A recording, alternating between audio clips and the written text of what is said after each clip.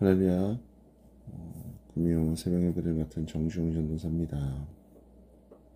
오늘은 함께 누가복음 5장 말씀을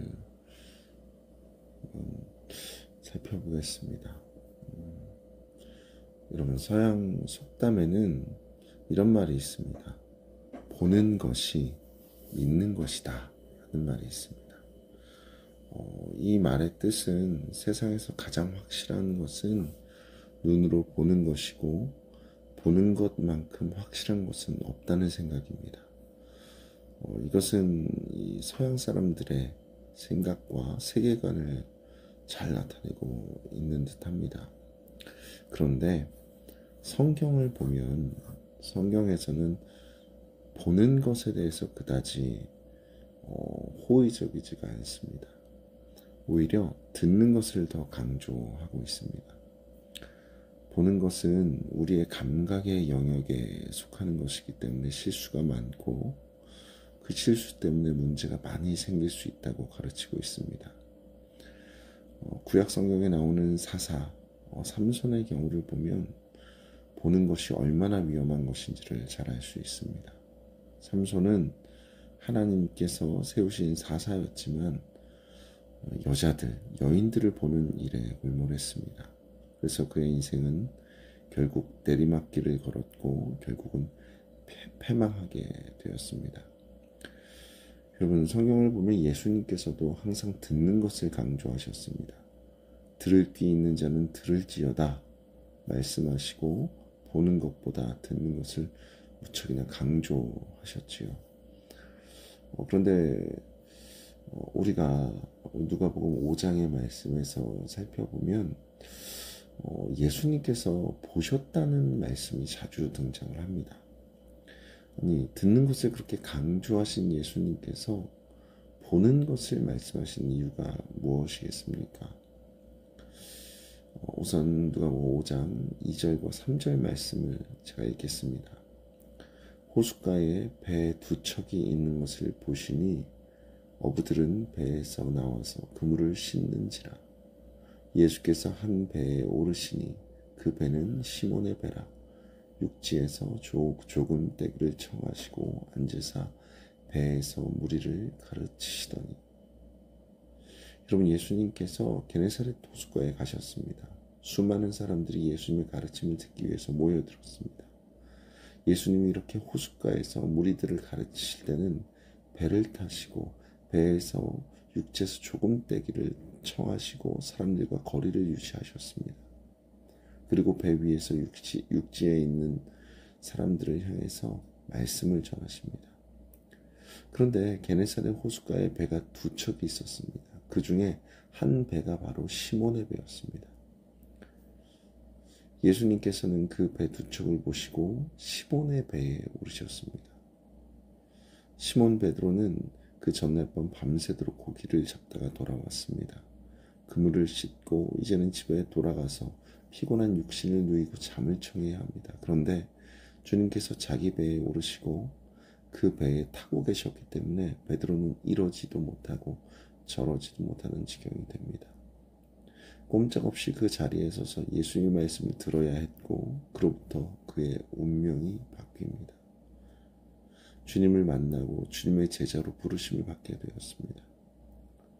그러면 예수님께서 여기서 배 두 척을 보셨다는 말이 과연 무엇을 보셨다는 말씀일까요?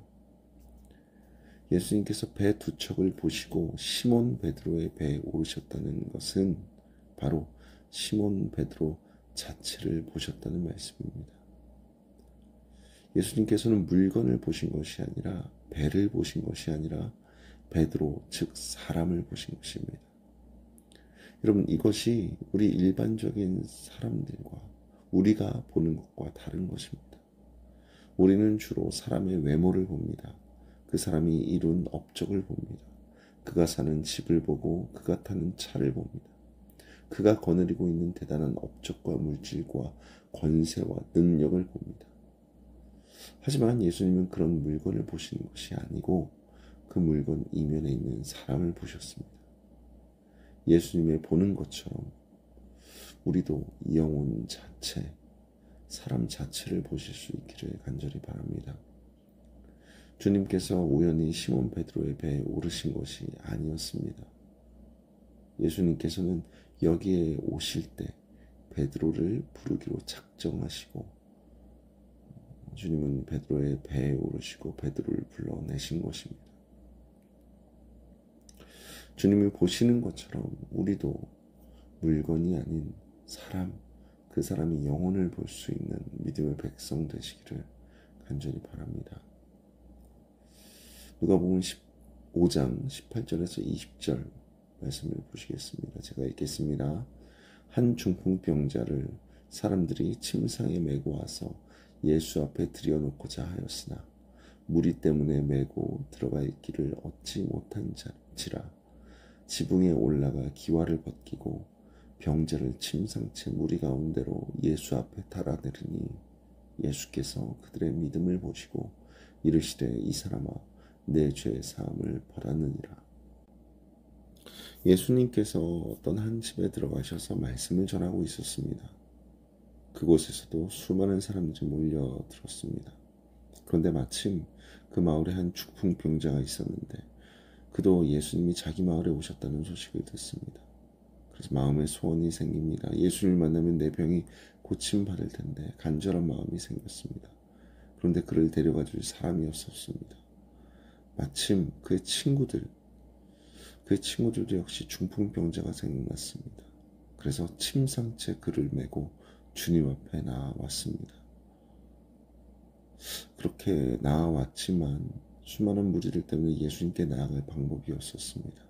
그러나 친구들은 결심했습니다. 환자를 데리고 지붕 위에 올라가서 지붕을 뜯어내고 거기서 침상채 주님께 달아내렸습니다. 예수님은 설교하시다가 말씀을 증거하시다가 하늘에서부터 지붕이 뜯겨나가고 침상채 내려오는 병자를 봅니다. 그런데 오늘 본문에서 중요한 표현, 주님께서 그들의 믿음을 보셨다고 말씀하고 있습니다. 여러분, 믿음은 눈에 보이는 것이 아니지 않습니까? 믿음은 행위로 드러나는 것인데 주님께서 보신 것은 침상채 내려오는 그 모습을 보셨고 친구들이 땀을 뻘뻘 흘리면서 지붕을 뜯는 것을 보셨습니다. 사실 주님께서 보신 것은, 예수님께서 보신 것은 그들의 행위였는데 예수님께서는 그 행위를 통해서 그들의 행위 이면에 있는 믿음 자체를 보셨던 것입니다. 중풍병자가 낫고자 하는 믿음, 주님께 가면 나을 수 있다는 확신에 찬 믿음, 그리고 친구들이 그 모든 난관을 뚫고 지붕에 올라가는 믿음, 지붕을 걷어내고 친구를 내리는 그 믿음을 예수님께서는 보셨습니다. 오늘도 예수님께서는 우리의 행위를 통해서 우리의 내면을 보십니다. 사람들은 우리의 행위에 가려진 이면을 잘 보지를 못합니다. 하지만 예수님께서는 다 보고 계십니다. 우리가 어떤 행위를 하는지 그 행위 이면에 있는 우리의 진심을 보십니다. 여러분, 그러므로 우리는 사람은 속일 수 있어도 예수님은 속일 수 없다는 생각을 가지고 주님 앞에서 행위와 마음을 바르게 가져야만 합니다. 우리의 행위가 사람 보기에 선하게 보일지라도 주님 보시기에는 악할 수 있고 사람들 보기에는 엉성해 보인다 할지라도 주님 보시기에는 그 믿음이 견고하고 온전하고 완전한 믿음일 수 있습니다. 우리는 주님의 보는 그 시각을 함께 배우고 우리의 행위도 주님 앞에 드러난다는 사실을 꼭 기억하시기를 바랍니다. 27절 말씀을 보겠습니다.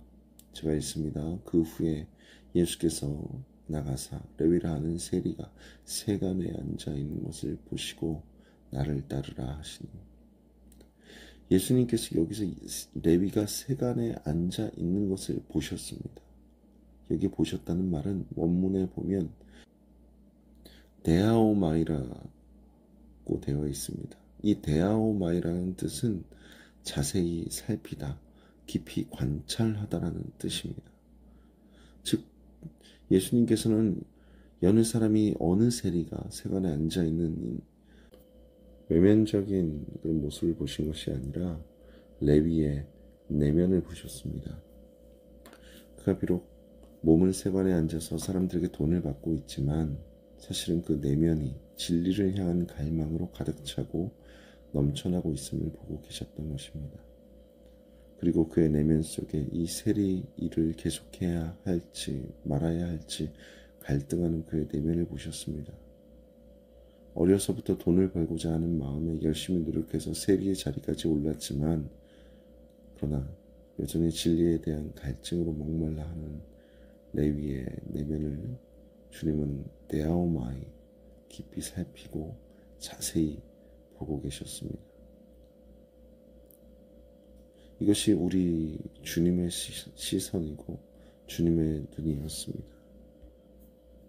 여러분, 우리 주님은 사물을 보시지 않고 사람, 영혼을 보셨고 주님은 행위를 보시지 않고 행위 이면에 있는 믿음을 보셨으며 주님은 사람 그 자체에 머물러 있지 않으시고 사람을 자세히 살펴서 그의 내면을 깊숙이 들여다보고 계셨습니다.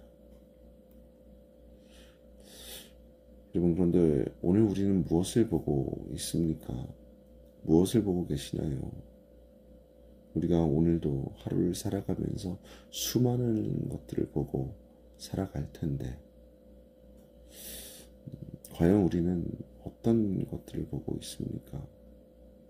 우리가 실제로 보고 있는 것이 예수님의 시선과 함께 닮아있기를 소망합니다.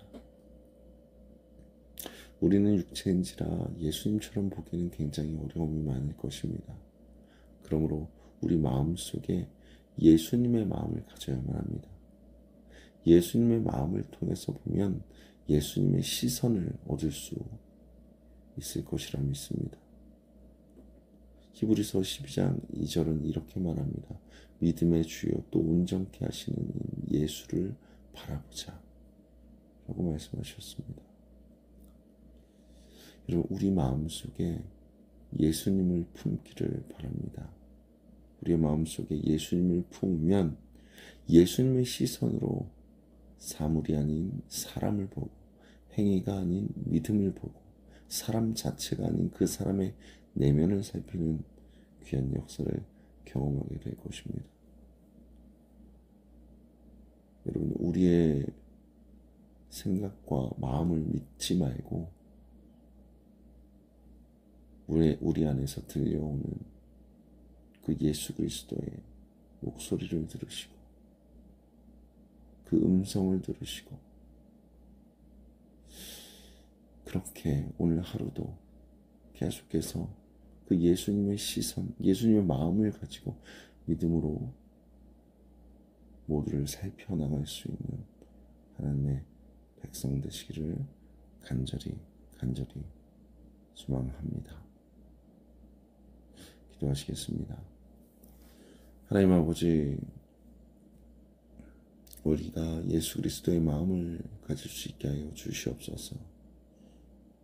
그래서 우리가 보는 그 모든 것들이 예수님의 마음으로 볼 수 있게 하시고 예수님께서 깨닫게 하시는 그 음성으로 우리가 그들을 보고 그들의 처지를 알며 그들을 사랑할 수 있는, 그래서 복음 가운데로 이끌어갈 수 있는 귀한 예수 그리스도의 제자, 예수 그리스도의 향기가 될 수 있도록 주님께서 함께하여 주시고 주님께서 우리에게 능력을 부어 주시옵소서. 주님 감사합니다. 오늘 하루도 우리가 예수님의 마음을 품고 살겠습니다. 주님, 우리의 손 끝까지 잡아주시고